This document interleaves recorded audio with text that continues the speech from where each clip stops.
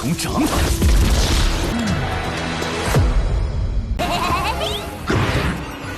Halo semuanya, bagaimana nih kabar kalian? Pada kesempatan kali ini kita akan melanjutkan Tonghua kembalinya Sang Kaisar Abadi. Untuk di part sebelumnya ya, untuk Yu Qingyan sebagai MC utama kita telah berhasil menyelesaikan berbagai masalah keluarganya. Dan kini ya tugas dia untuklah keluar dari keluarganya dalam berpetualang dan meningkatkan kekuatannya guys.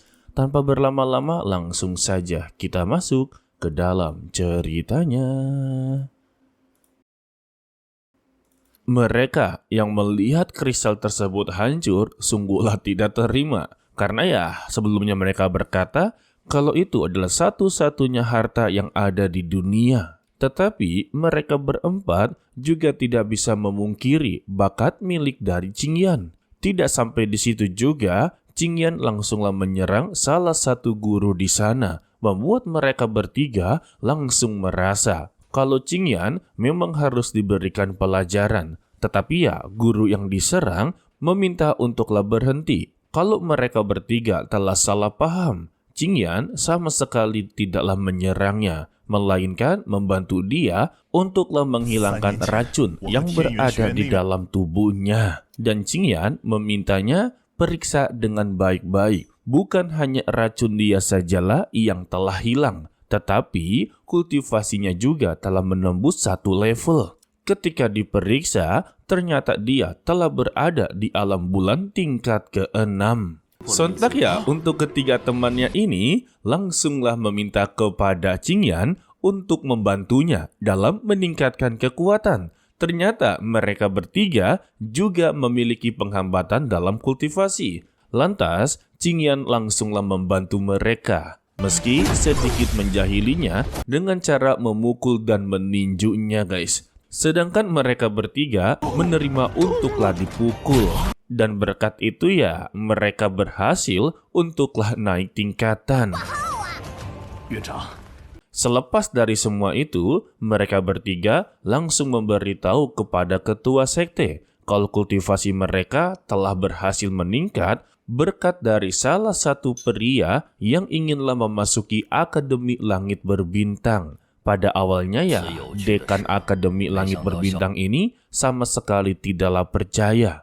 Tetapi ketika dia lihat dengan jelas ya, mereka bertiga memang berhasil untuklah melewati hambatannya. Terlebih, mereka bertiga juga memberitahu identitas dari Qingyan kalau dia begitu sangatlah terkenal di kota Tianyu. Bukan hanya dalam kemampuan bela diri saja, tetapi dia juga terkenal sebagai alkemis. Mendengar ini ya, sang dekan sungguh begitu senang. Sebab ya, dari kota yang begitu kecil, adanya sebuah permata yang sebentar lagi akanlah membantu Akademi Langit Berbintang mendapati kejayaannya. Dan sang dekan memerintahkan mereka bertiga, terimalah Qingyan menjadi murid jenius. Berikanlah semua fasilitas akademi dan biarkanlah dia bertindak sesuka hati. Wadah, ya alasan sang dekan melakukan ini karena dia tahu betul Qingyan akanlah membantunya untuk membuat akademi mereka benar-benar mendapati kejayaannya. Bahkan ya bisa melampaui dari semua itu.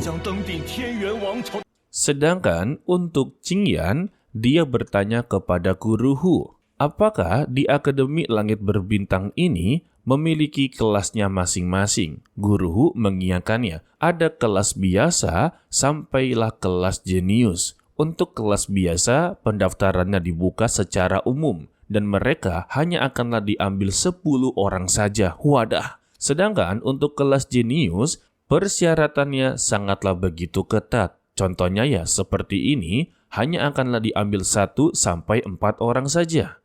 Kini, murid jenius totalnya saja ada 70 orang. Dan orang-orang yang berada di kelas jenius memiliki pelatihan khusus secara eksklusif. Dan seperti biasa, hukum alam berlaku. Yang kuat akanlah semakin kuat. Yang lemah pasti akan selalu dimangsa. Jadi ya, Guru Hu menyarankan, jika dia diberikan sebuah sumber daya dan fasilitas, maka gunakanlah sebaik mungkin. Karena ya 90% dari seluruh murid jenius berketergantungan dengan sumber daya. Tanpa sumber daya ya, mereka tidak akan bisa meningkatkan kultivasi.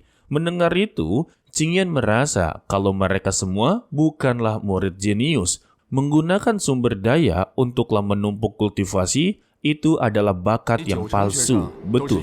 Dan Guru Hu sama sekali tidaklah menyangkalnya. Dia kembali memberitahu baru-baru ini ya siswa berbakat sedanglah mempersiapkan kompetisi perguruan tinggi. Siapapun yang bisa untuklah menang dalam kompetisi ini akanlah mendapati status jauh lebih tinggi dan mereka juga akanlah mendapati hadiah bunga parubaya. Dan 3 besar dalam kompetisi akanlah memenuhi syarat untuk memasuki tanah suci rahasia akademi yang disebut sebagai Gua Changyan. Di sana terdapat banyak sekali harta karun serta energi yang begitu berlimpah. Bahkan ada rumornya, semakin menyelam lebih dalam, maka ya semakin banyak harta yang mereka dapati. Dan rumor mengatakan di sana ada api suci yang tersembunyi, sampai saat ini ya belum ada yang bisa untuk membukanya. Dan Qingyan merasa seperti itu dan memberitahu kepada api karma Azure kemungkinan terbesar tubuhnya berada di sana. Jadi ya saat ini tujuan utama dari Qingyan yaitu mengikuti kompetisi perguruan tinggi. Setidaknya ya mendapati posisi 3 teratas sudah pasti bisa untuklah masuk. Setibanya di Danau Jixian, di sana ya terdapat makhluk roh di alam bintang tahap ke-9 bahkan lebih tinggi. Jika Qingyan inginlah bergabung secara resmi dalam pelatihan kelas jenius, maka ya dia haruslah menghadapi monster-monster yang berada di danau tersebut. Bagi Qingyan itu sangatlah mudah. Dia pun meminta kepada Qinglin untuklah mengeluarkan pil berkualitas tinggi kelas raja. Yang dimana pil ini akanlah menjadi sebuah pancingan untuklah para makhluk roh. Ketika pil ini dilempar, seluruh makhluk roh langsunglah tertarik. Dan inilah kesempatan Qingyan untuk menyerangnya. Setelah berhasil ya tugas dari Qinglin untuklah membakar sisanya. Dengan begini muncullah 3 pil berkualitas tinggi. Tetapi 3 pil ini malah memancing salah satu makhluk roh yang paling terkuat. Bahkan ya hewan roh ini adalah warisan dari kepala dekan yang disebut sebagai naga ilahi jiwa es dan berada di tahap alam bulan tingkat ke-9. Sayangnya, di mata Qingyan, dia hanyalah sekelas hewan biasa saja. Sehingga ya dia menerjang dan memberikan beberapa kali pukulan. Sampailah 3 pil yang telah dia makan keluar dari mulutnya.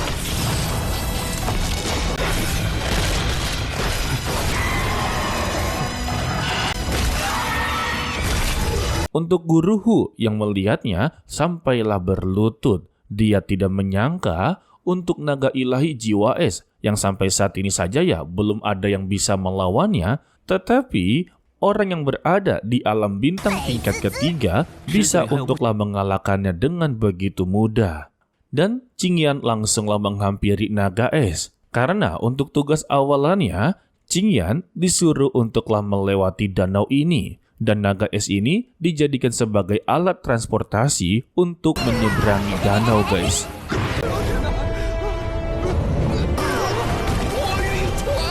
Setelah berhasil menyeberanginya, Guru Hu memberitahu kalau Qingyan tidak perlu untuklah melakukan hal sejauh ini. Karena ya sebetulnya ada kapal kura-kura yang akanlah menjemput mereka. Namun ya untuk kura-kura ini sudah sangatlah tua. Dalam 1 hari saja, dia hanya bisa bekerja dalam 4 jam. Dan setelah 4 jam berlalu, maka ya dia akanlah beristirahat dalam 1 hari. Buset. Ternyata, maksud dari pelatihan khusus para jenius, mereka sedanglah menambang beberapa kristal. Dan kristal ini ya akanlah dijadikan sebagai pil untuklah mereka berkultivasi. Dan Qingyan merasa tertipu. Baginya, ini sama saja seperti perbudakan. Para jenius malah disuruh untuklah menambang. Ditambah, hasil tambangannya ini malah akanlah dibagi rata, guys. Wow. Dan Guruhu menyangkalnya kalau menambang itu sama saja seperti latihan untuk menstabilkan energi spiritual. Dan Qingyan menekankan kalau dia sama sekali tidak inginlah menambang seperti ini. Guruhu mengiyakannya. Lagi pula ya, Qingyan bukanlah berada di kelas jenius seperti ini. Sebab ini adalah kelas jenius biasa. Waduh. Sehingga Qingyan dibawa ke tempat yang jauh lebih tinggi. Kalau kata Guruhu, tempat ini adalah tempatnya para tinggal siswa yang menduduki peringkat ke-9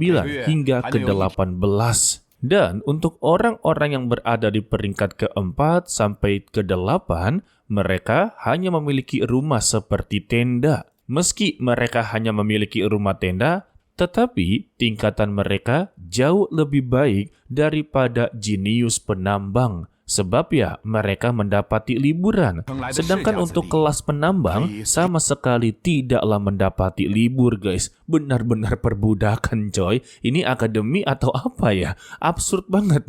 Dan Qingyan langsunglah menebak. Untuk yang berada di puncak sudah pasti 3 orang yang terkuat di kelas jenius. Dan mereka disebut sebagai 3 orang suci. Seperti yang diduga oleh Qingyan, kalau 3 orang suci ini ya tidak perlu melakukan apapun.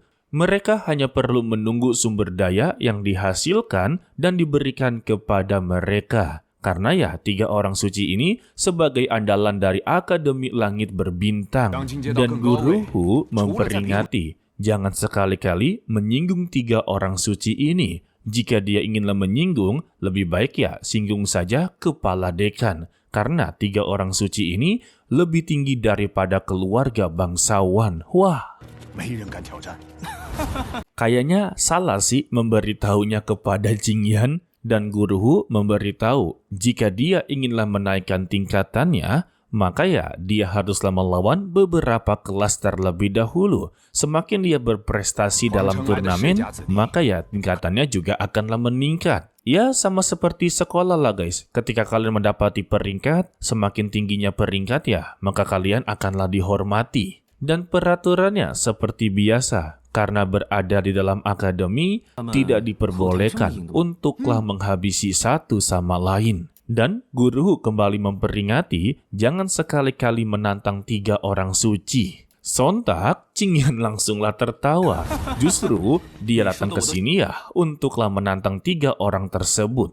Udah dibilang ya, memberitahu kepada Qingyan ya adalah sebuah kesalahan guys. Lantas, Guruhu langsunglah angkat tangan kalau dia tidak inginlah terlibat dalam semua ini dan memutuskan untuklah pulang. Sedangkan ya untuk para jenius ini menganggap Qingyan bisa memasuki kelas jenius itu dengan cara yang begitu kotor. Sebab ya dia ini hanya berada di alam bintang tingkat ke-3 tetapi bisa memasuki kelas jenius itu haruslah dipertanyakan. Tetapi ya, Qingyan sama sekali tidaklah membalas penghinaan mereka.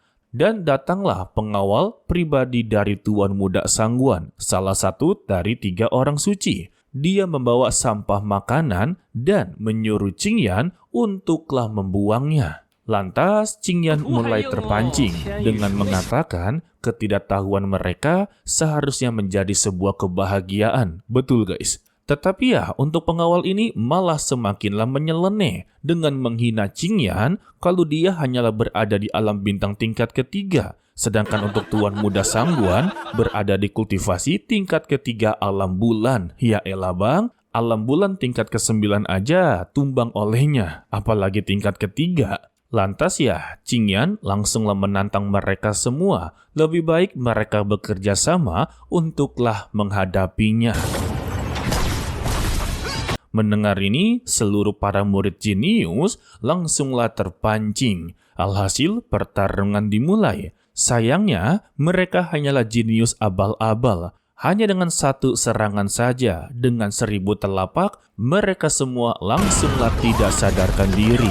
Dan Qingyan menjamin kalau mereka masihlah bernapas, sebab dia tidak inginlah dikeluarkan secepat ini. Lalu muncullah 5 orang yang akan menjadi penantang selanjutnya. Ada wanita bertopeng, 2 kakak beradik, Mengnan, dan juga manusia bertopeng dengan elemen bumi. 须狠狠到即日，小破。 Menurut Mimin, mereka bukanlah 3 orang suci ya. Sesuai dari namanya aja, mereka ini lebih dari 3 orang guys. Tetapi ya, mereka yang meremehkan seorang kaisar abadi sudah pasti akanlah mendapati ganjarannya guys.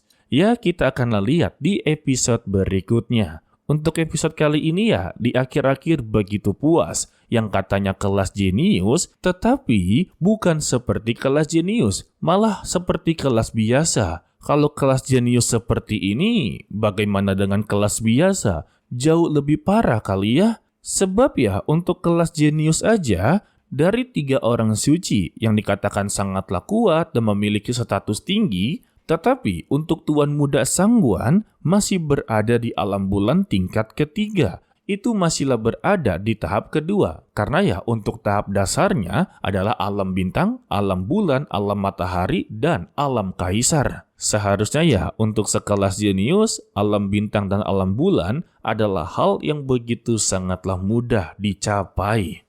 Okelah, sepertinya cukup sampai di sini saja dulu untuklah video kali ini. Mimin ucapkan terima kasih kepada kalian yang telah menonton sampai akhir. Pesan dari Mimin, tetaplah menjadi orang yang baik walaupun itu sangatlah sulit. Tunggu dan cium, sampai jumpa di video berikutnya. Bye-bye. 千重掌法。